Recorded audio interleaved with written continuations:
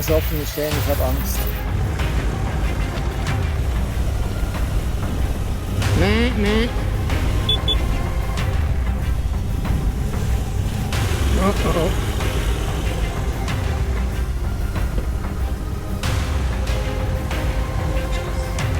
Oh.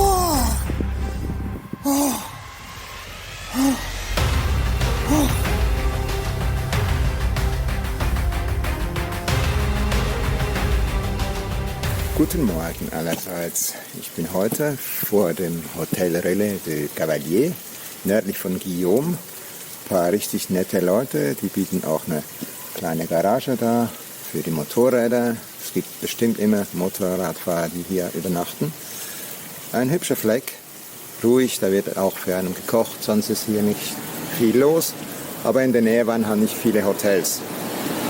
Naja, wie ihr mitbekommen habt, habe ich gestern auf dem Col della Lombarda meine Margarita zweimal hingelegt. Jetzt wollte ich euch mal zeigen, was da alles passiert ist, inklusive dem ersten Sturz von Ulx hoch nach zum Colle Basset.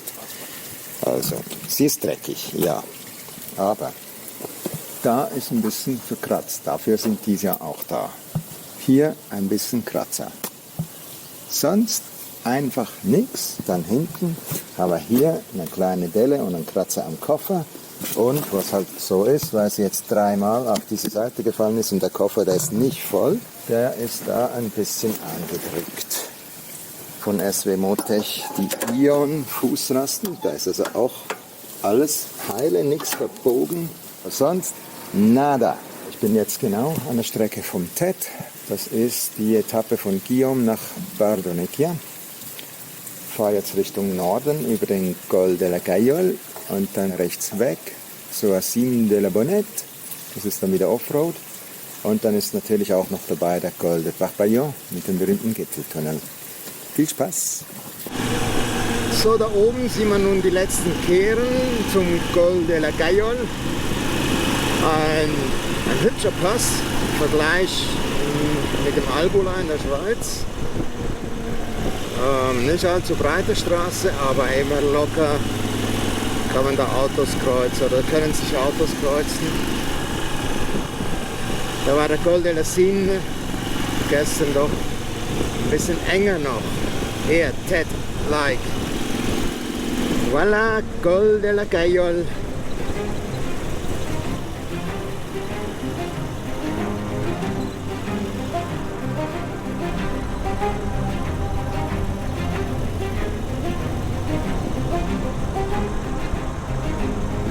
So, Vallas ist erreicht, jetzt geht es da rechts weg.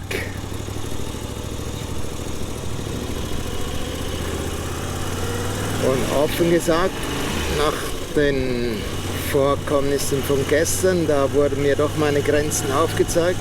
Ich bin ein bisschen nervös, ob das alles so machbar ist für mich mit meinem Gewicht. Im Normalfall kann man ja auch immer wieder umdrehen.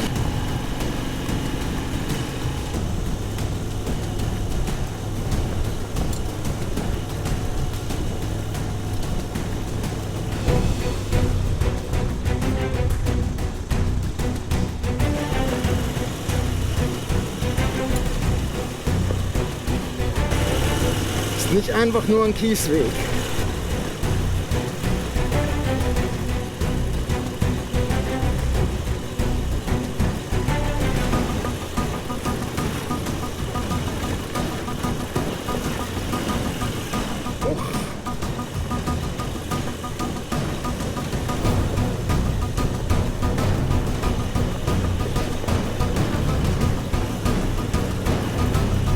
Im Licht- und Schattenspiel ist ein bisschen schwierig, gewisse Klippen zu sehen.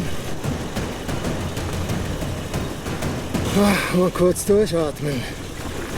Oi, oi, oi, oi.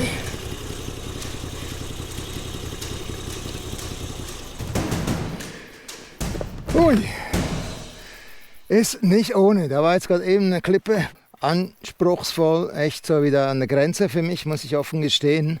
Es ist auch immer eine Frage der Kraft und irgendwann geht einem halt ein bisschen die Kraft aus und dann wird es echt schwierig. Im Moment habe ich die noch.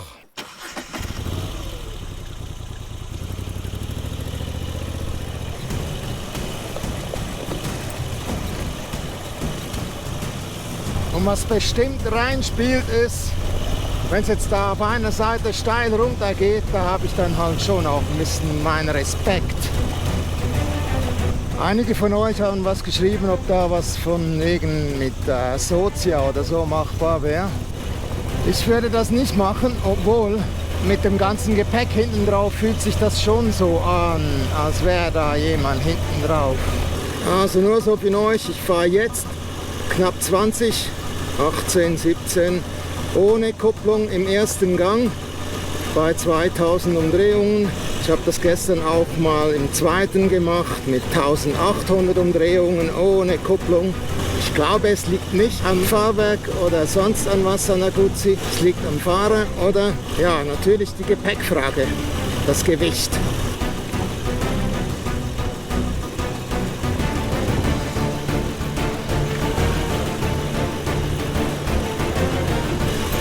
Eieieiei. Uff.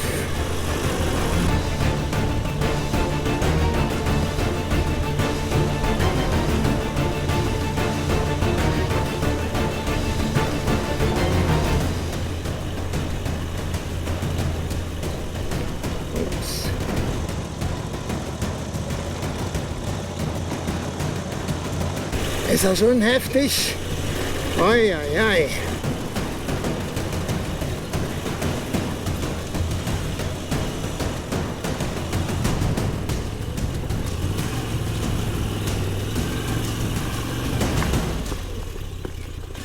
Ja, und das kann auch schief gehen, wenn ihr hier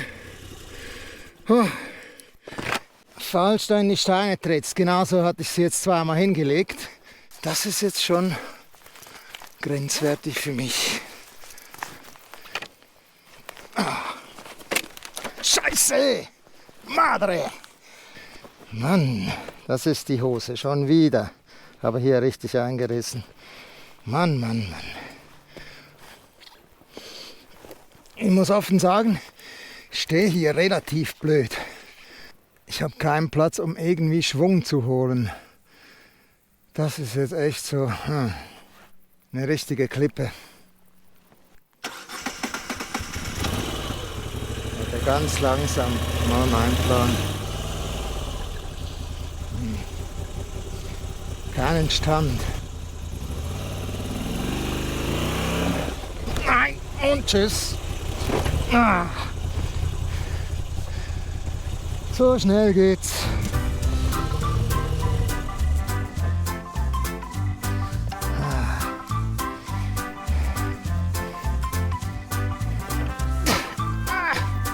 Nee. Ich hätte das Gepäck runternehmen sollen gleich von Beginn. Ja, so verbrauche ich natürlich wieder sehr viel Kraft für nichts.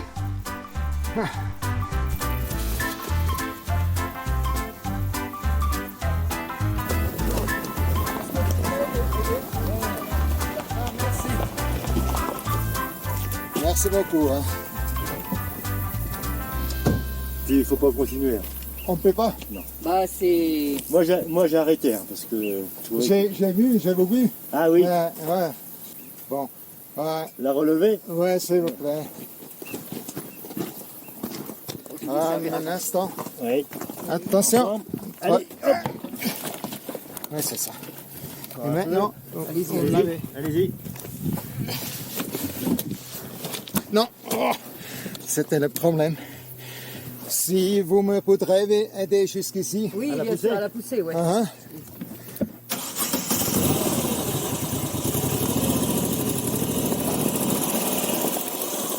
Ah, parfait. Hein? C'est pas facile, hein. Non, c'est dur parce que j'ai beaucoup de bagages Ah oui, oui. et ça c'est le plus dur. Ouais. Bah, c'est comme nous un peu, hein. Bah, nous aussi c'est un peu ça parce que nous c'est pas un 4x4. Ah non. Non, non. Ah bon. Ouais. Ouais, je comprends. On a voulu y aller, On a puis là voulu on y a dit aller, bon. mais c'est pour ça que j'ai arrêté. Là, j'ai vu qu'à un moment donné, ça fait un Bon. peu les aventuriers, mais bon.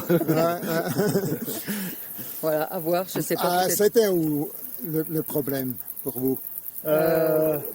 dans le Au virage. niveau du virage. Au hein, niveau avant, du virage, il y tout avait ça. un... Ouais, mais Ouais. peut-être qu'en moto, vous pouvez passer à côté, parce que là, il y avait Ah, c'est un ça. peu un ouais. trou, ouais. Peut-être en moto sur le côté, je sais pas, je me rends pas compte. Puis comme je voyais que ça continuait, j'ai eu peur parce que c'est défoncé comme ça. hein. Alors j'ai eu peur que ma voiture, ça parte. Si, si. Parce qu'on pouvait... Oui, vous le voulez. c'est mieux, je pense. Je fais des vidéos. Ah, yes, Vous d'accord. pourrez voir dans quelques mois Dr Tractor.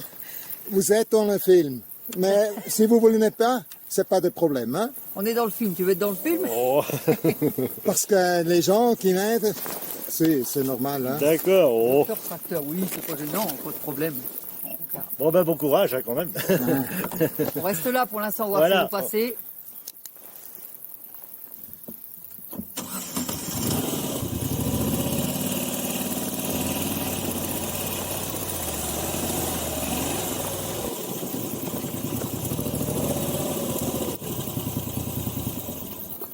Merci beaucoup. Hein? Merci.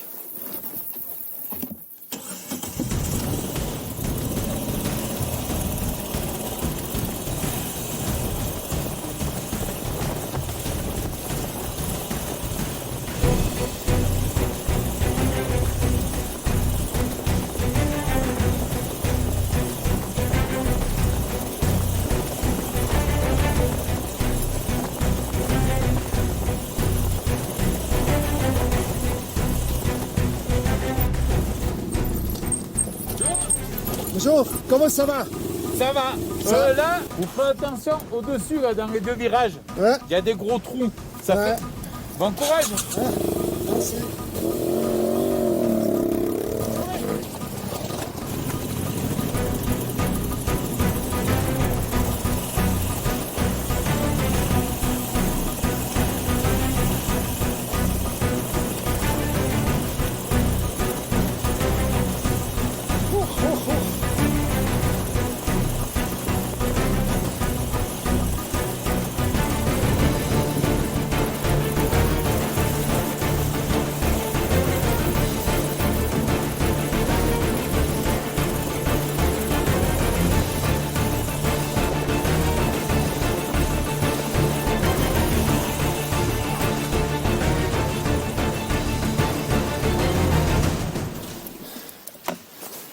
Das ist verrückt, was ich hier mache. Das Problem ist immer der Schwung. Wenn ich mal das Momentum habe, geht's mehr oder weniger wie eben. Ich gehe mir jetzt das ein bisschen weiter angucken. Macht mehr Sinn, als einfach nochmal stecken zu bleiben.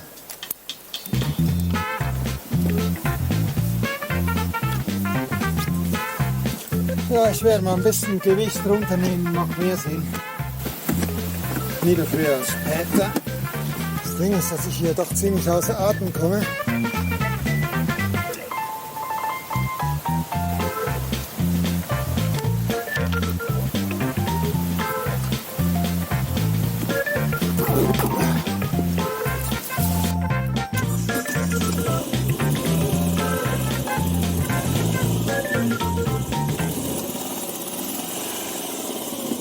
Nee, das ist nicht geil. Das war nicht geil. Okay.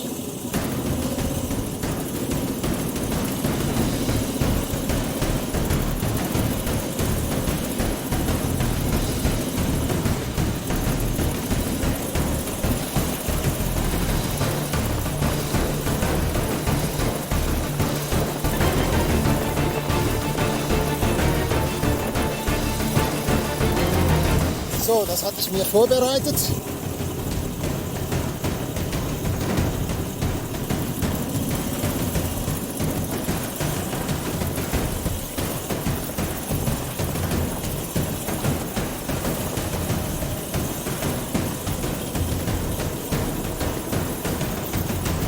Benny, ich sag dir eins, du hast recht.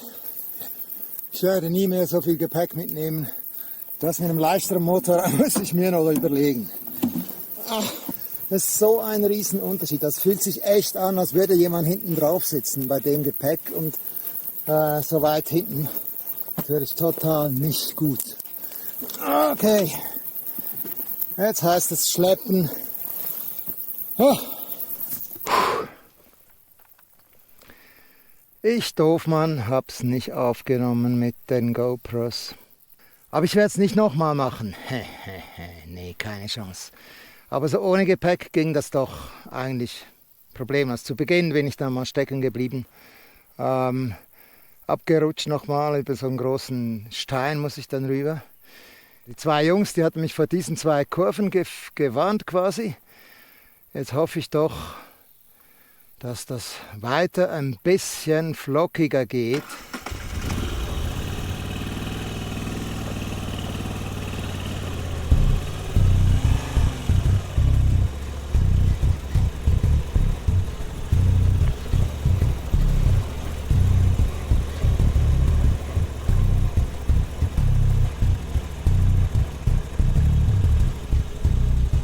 Ah, ich traue mich nicht. Ich traue mich nicht.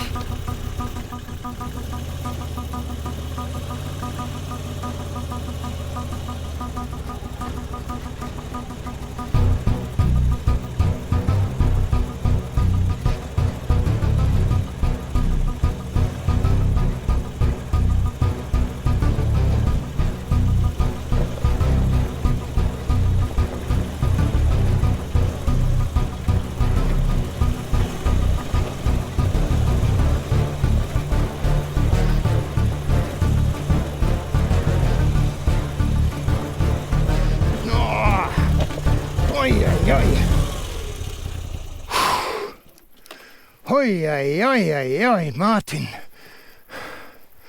Oh mein Gott, ich möchte da nicht runter. Auch nicht runterfliegen. Offen gesagt. Ich muss mir das zu Fuß angucken, das ist mir echt zu heiß. Meine Güte. Ach mein Gott. Das ist ja schon das Heftigste, was ich je gemacht habe.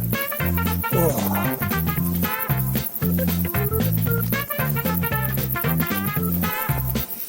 Oh, ich muss offen gestehen, ich habe Angst. Es ist extrem schotterig. Aber ich weiß nicht, jetzt da wieder runter, ich mag nicht. Echt. Irgendwie muss ich das schaffen, ohne mir weh zu tun. Die Frage ist einfach, mache ich es mit oder ohne Gepäck? Nee, ich mache es ohne. Es ist steil, es ist scheiße zum Schleppen, aber es ist besser. Echt besser.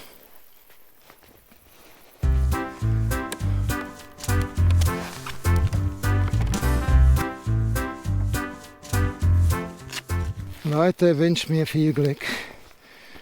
Ich muss da mitten durch.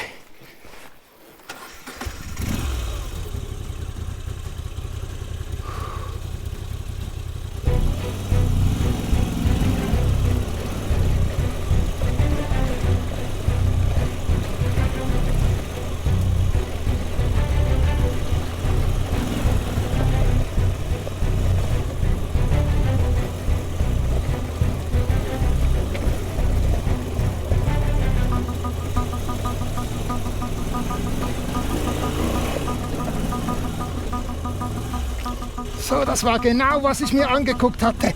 Oh.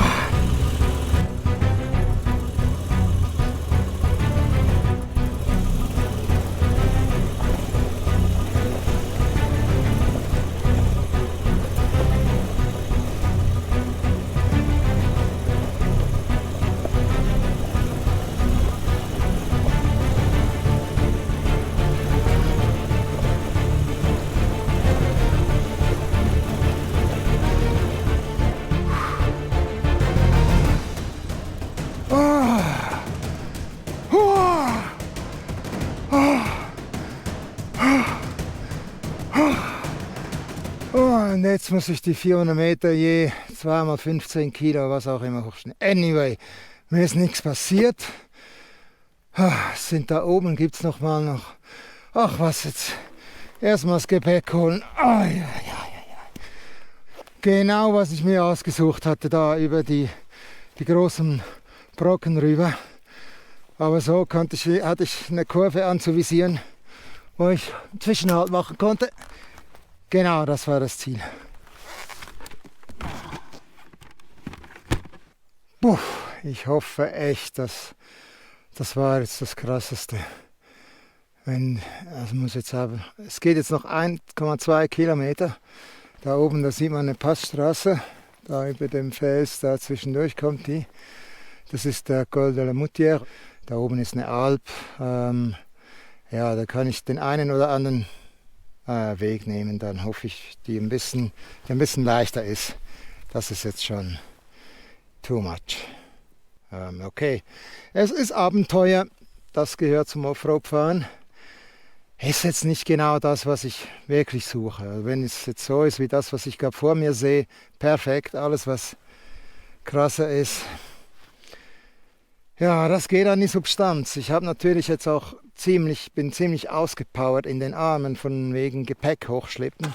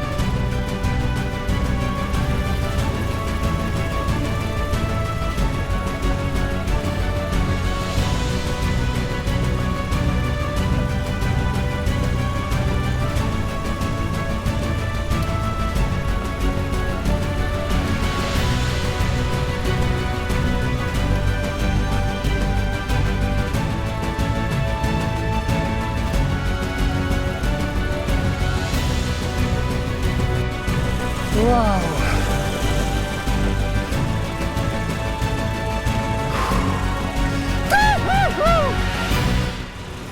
Das musste sein. Das musste sein. Oh! Voilà! C'est fait. Das sieht jetzt nach Kinderspiel aus da. Ja, dann gehen wir mal weiter Richtung Barcelonette oder Josier und dann frühstücken, weil das war bisher nichts. Und dann mal schauen, wie weit wir kommen heute.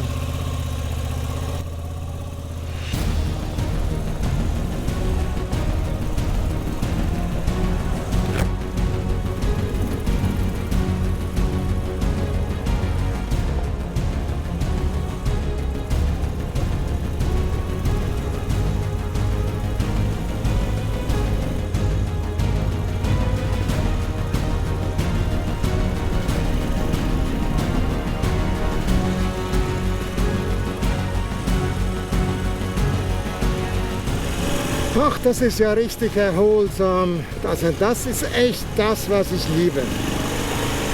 Mir gefällt sowas extrem. Das ist echt so mein Ding. Das sicher mal zwischendurch. Mir ist egal, wenn man an eine Klippe kommt. Das ist immer schön, aber das war jetzt vorhin, nee, das muss nicht so sein. Ich hatte da echt Schiss, dass ich mal meine Maschine hinlege oder dass sie sich vor allem auf mich legt.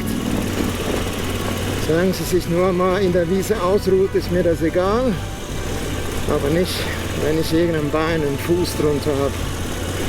Und da waren halt doch rechte Brocken und das Kontrollieren dann richtig schwer. Da brauchst du Momentum und wie es jemand geschrieben hat, wenn du das mal verlierst, dann ist die Kontrolle einfach sehr schwer wieder zu bekommen.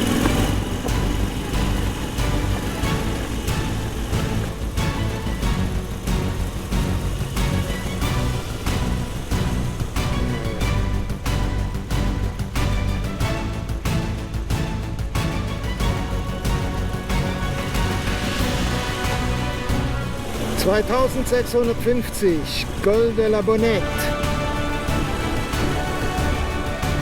Eine traumhafte Landschaft, aber frisch. 10 Grad, ich hatte geschwitzt. Jetzt muss ich gucken, dass ich da schnell runterkomme an die Wärme.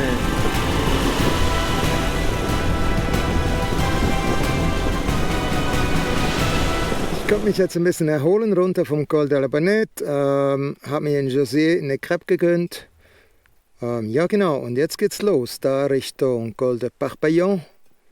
Man sagte mir, der wäre eigentlich nicht so groß eine Herausforderung, aber bis auf den Scheiteltunnel. Jetzt hoffe ich einmal, das geht hier flockiger.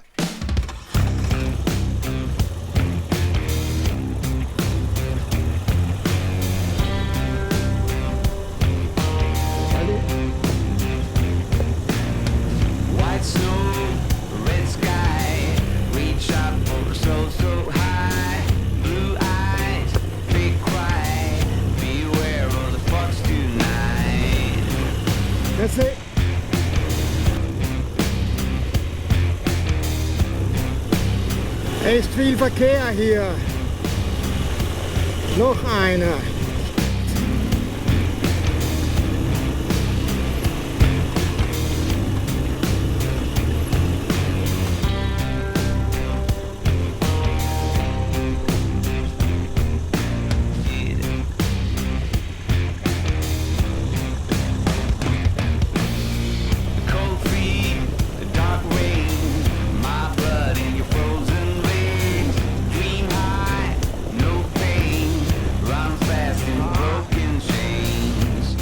Ja, das war jetzt doch noch mal nicht ganz ohne. Zweimal, ai, Glück.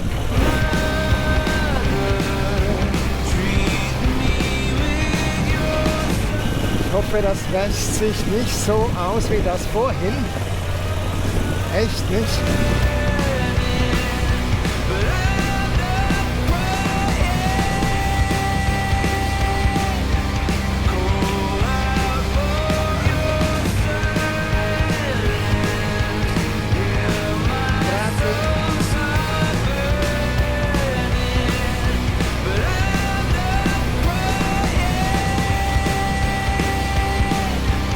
Das ist dann die Erde, wenn die nass ist, wird das schon ziemlich rutschig hier.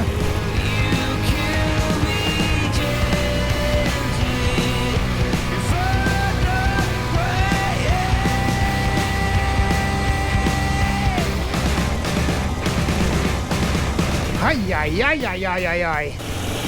Oi. Ich staune jetzt, was das Federbein vorne da wegsteckt. Das ist ja unglaublich. Echt geil.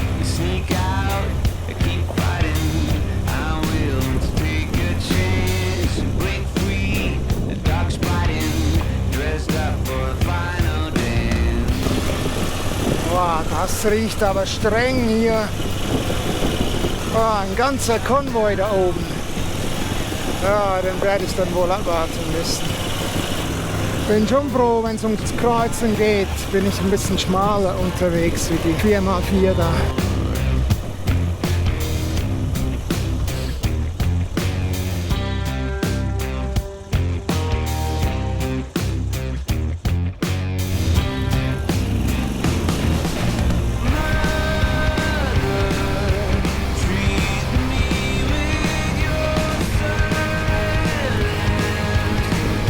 Welche Seite? Oh, links.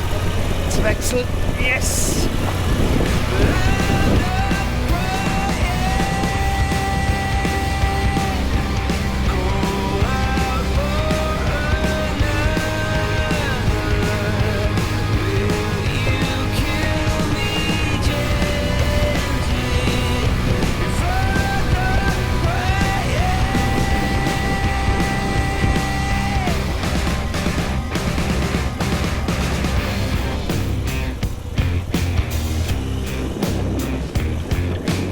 Ach Gott, nee, ein R4. Gut, wir sind in Frankreich. Die Straßen wurden für solche Autos gebaut. Oder die Autos für solche Straßen. Ach nee, noch eine Schafherde? Ja, nee, bitte nicht. Ja, ich komm. Nee. Shut down, inspire. I'm here to take your call.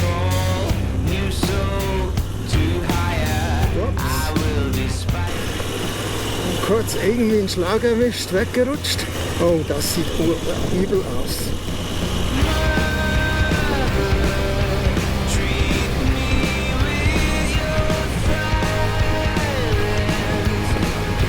Tunnel in Sicht. Und jetzt nicht übermütig werden. Was sag ich? Hat's aber richtig gekracht im Gebälk.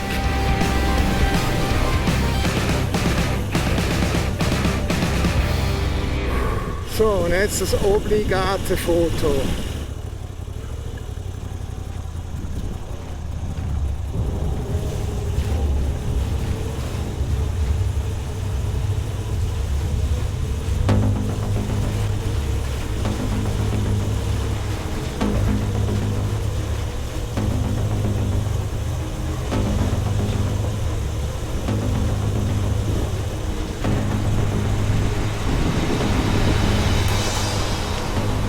Yes, we did it!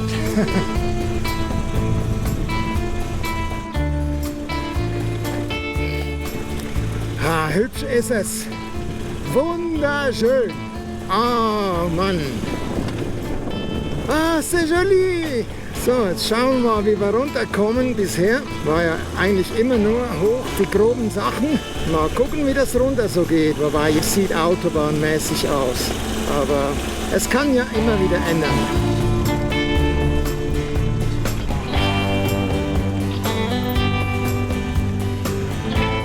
Immer schön mittendurch. Ja!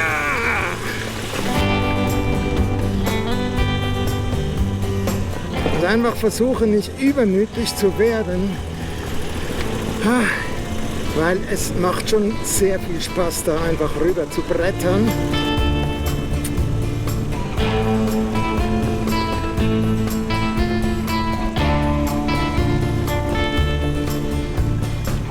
Ich weiß nicht, liegt es daran, dass es runter einfacher ist oder ist nicht so schlimm hier? Ja, ist schon steinig hier auch. Ja, mal Kontrolle, doch die Plomben, die sitzen alle noch. Aber ich muss sagen, in einem kurzen Moment hatte ich nicht so viel Selbstvertrauen nach der Geschichte da heute Morgen. Da war ich schon arg am Limit. Es ist einfach schwierig, das ist so ein schmaler Grat. Ich habe jetzt das Gefühl, das mache ich alles nicht mit links, aber eigentlich wirklich schon oft gemacht. Geil. Das ist bestimmt einfacher runter als hoch. Ja, ist schon auch nicht ganz ohne. Es ist vergleichbar, denke ich, die Ost- und Westseite, glaube ich. Jeschahaft! Ich bin da jetzt beinahe im Tal angekommen, so wie es ausschaut. Ich bin runtergekommen vom Col de Parpaillon. Ich fahre jetzt nach Briançon. Ich habe dort schon ein Zimmer genommen.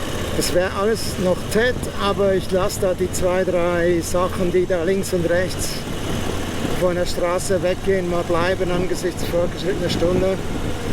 Ich möchte nicht allzu spät ins Hotel kommen, mich ausruhen und morgen wahrscheinlich Richtung Sestriere, Richtung Norden. Ich habe noch keine Ahnung. Ich werde dann mal den Wetterbericht konsultieren und dann eigentlich wie jeden Tag spontan mich für eine Route entscheiden.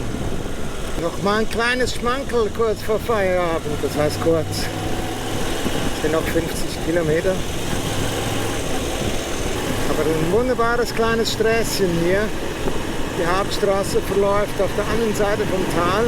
Das ist hübsch. Ich mag das.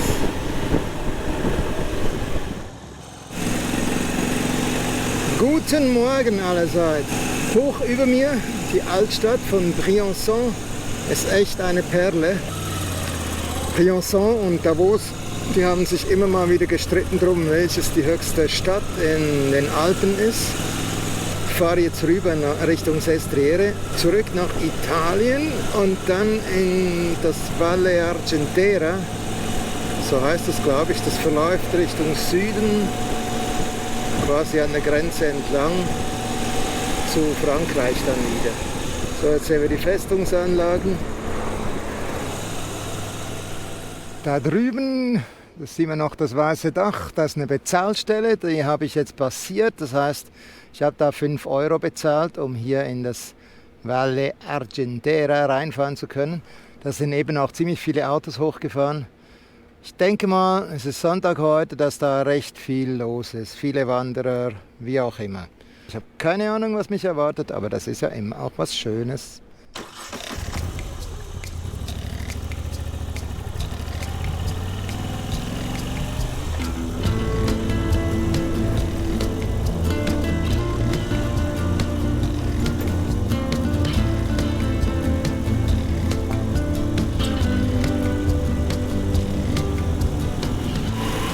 Die größte Herausforderung da gerade im Moment, das sind die Lichtverhältnisse mit Lichtschatten, wenn man die Gräben oder die größeren Steine so schnell nicht sieht.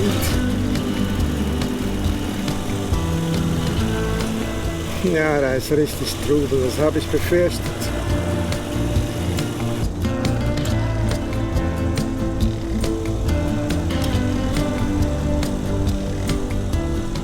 Also verstehen durch die Leute ja schon, ne?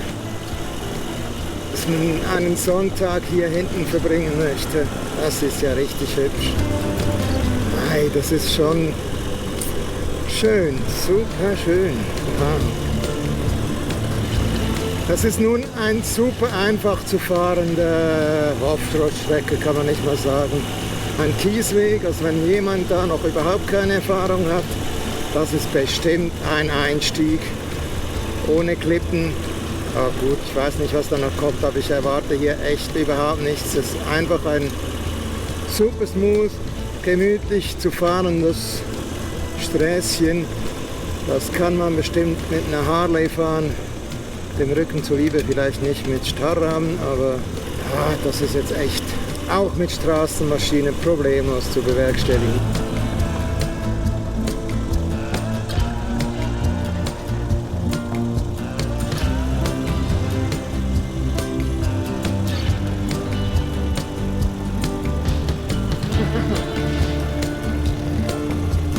Das ist ja geil, die kommen um die Kurven geschossen hier.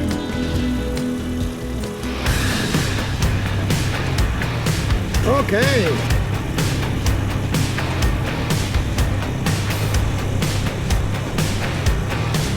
Das ist jetzt doch schon recht steil.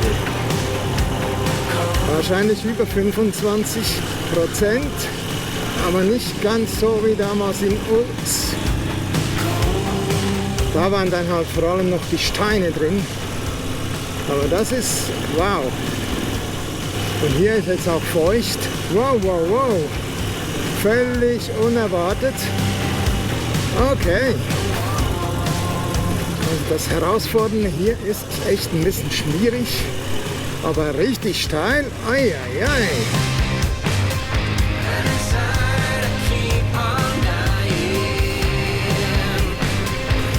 Und die Dellen machen es natürlich nicht einfacher. Diese Löcher da, die es drin hat. Ah, ist das schön.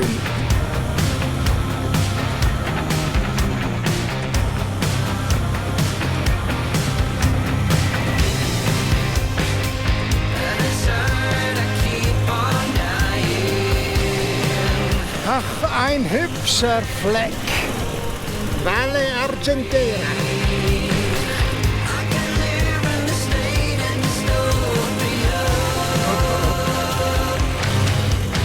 Hatte ich jetzt ein bisschen Respekt. Hat man gemerkt? Ja, okay.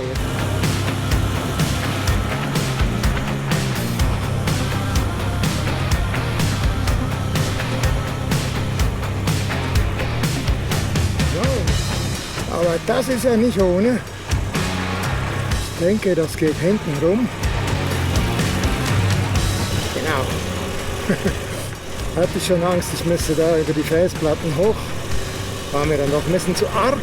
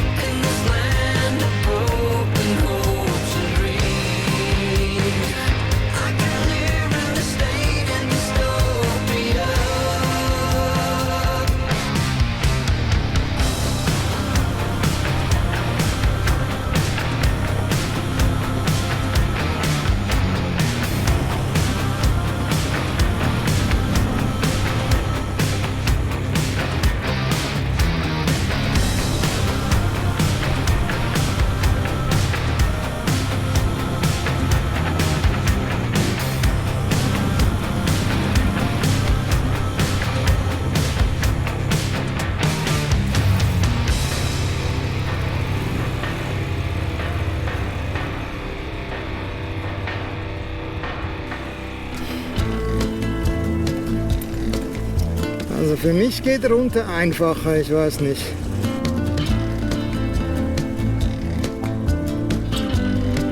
Die andere Alp, die spare ich mir. Genauso wie die Assietta, die habe ich schon mal gemacht. Es ist Sonntag, es sind unglaublich viele Ausflügler unterwegs. Ich glaube, ich muss die nicht machen. Ich nehme es jetzt ein bisschen gemütlicher. Ich werde dann noch den Colombardo fahren.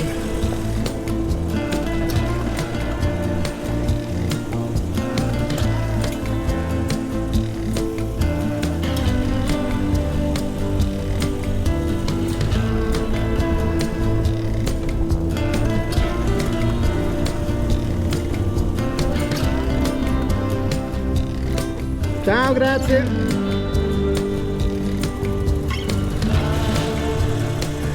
Es ist voll. Colle della Finestra. Ich habe mich darum entschieden, die Assietta-Kammstraße nicht zu machen, weil ich genau das befürchtet hatte, dass da nur ein Fahrzeug am anderen fährt, eine Staublawine sich da drüber wälzt. Und wenn ich das jetzt mir so anschaue auf dem Colle della Finestra, ist es genau wie befürchtet.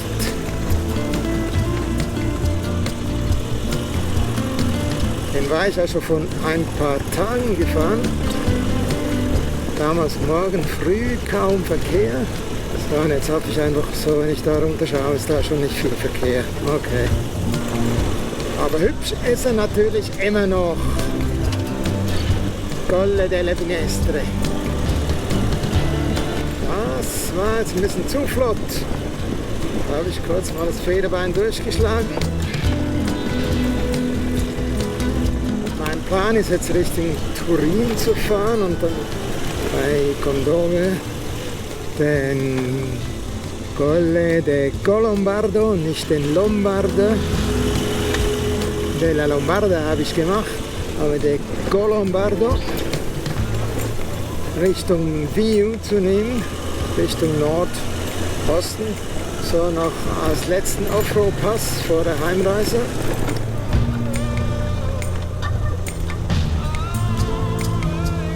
Ich bin jetzt auf dem Weg hoch zum Passo del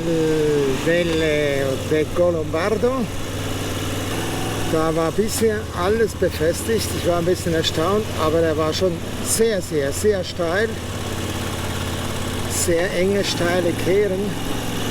Jetzt bin ich mal gespannt, wie weit der asphaltiert ist. Ansonsten hier zu sagen, ich bin seit Susa oder seit dem Finestre wieder auf dem TED. Das war aber jetzt bis jetzt gar nichts Besonderes. Das ist jetzt mein letztes Teilstück und jetzt scheint es so, als wäre das von hier an unbefestigt. Ja, behaupte ich jetzt mal mein letztes unbefestigtes Teilstück dieser Westalpen-Tour. Der Plan wäre heute nach Ivrea zu fahren, um von dort dann morgen zurück in die Schweiz, ziemlich auf schnellstem Wege. Vor mir sitzen sie mal wieder zu zweit auf einer Enduro, also das scheint alles locker machbar zu sein. Das gefällt mir. Ziemlich steil, aber bisher nicht wirklich eine Herausforderung. Schon sehr staubig.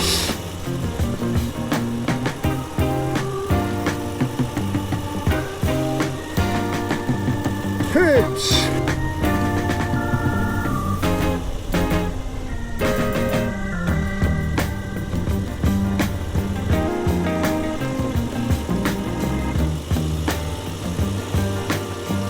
Ich hatte schon längstens das Gefühl, ich wäre oben. Das hätte ich irgendwie nicht gedacht, dass der so weit hoch geht. Und da unten haben wir Turin. Das sieht man von der Stadt auf den Colombardo, das ist auch noch geil. Vor den Füßen ein Offroad-Revier.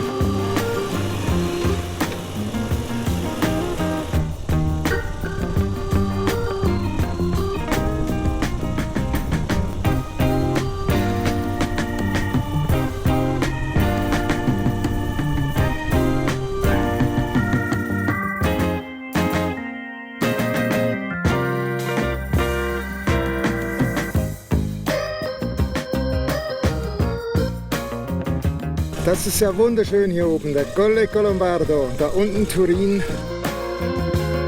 Ein Traum. Ah, was für ein Panorama.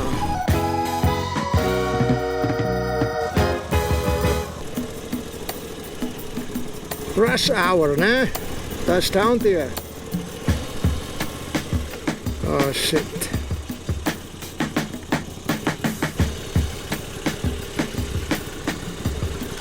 Aspetta. Qua no, Ehi!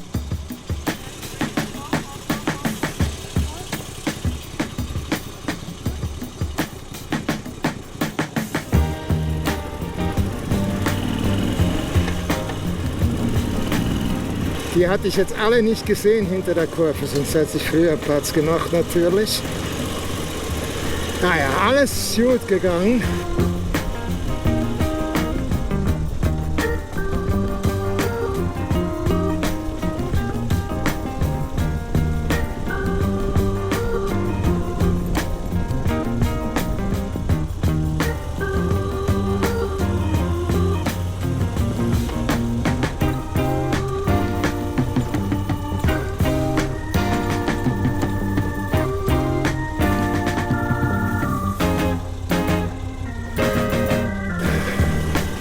Leute, mir gefällt das. Also mir machen Abfahrten doch recht Spaß, muss ich sagen. Aber andere vielleicht eher ängstlich sind, gehen bei mir die Pferdchen durch.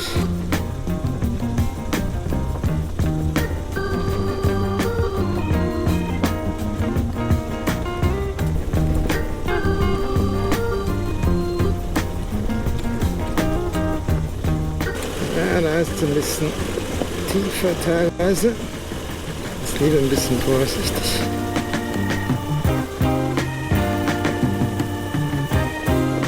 Eigentlich hätte ich gerne die andere Seite.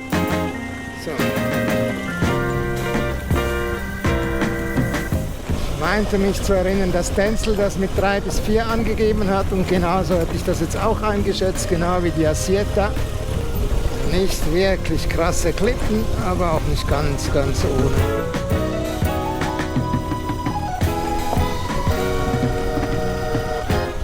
Oh, scheiße. Oh, gerade noch gut gegangen.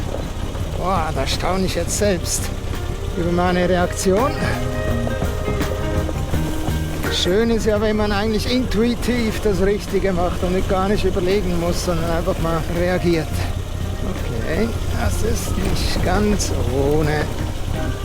Und auch richtig steil sind wir dann schon bei 4 bei Denzel. Ein paar Dieselkollegen da vor mir. Eigentlich würde ich sie gerne überholen. So langsam ist echt schwieriger mit dem Motorrad als mit ein bisschen Momentum. Wenn die Räder ein bisschen drehen, ist man einfach stabiler.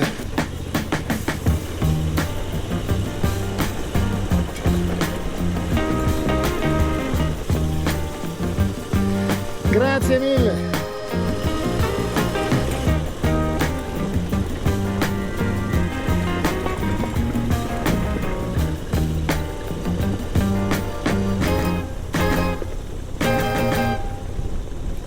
Da haben wir wieder Zivilisation.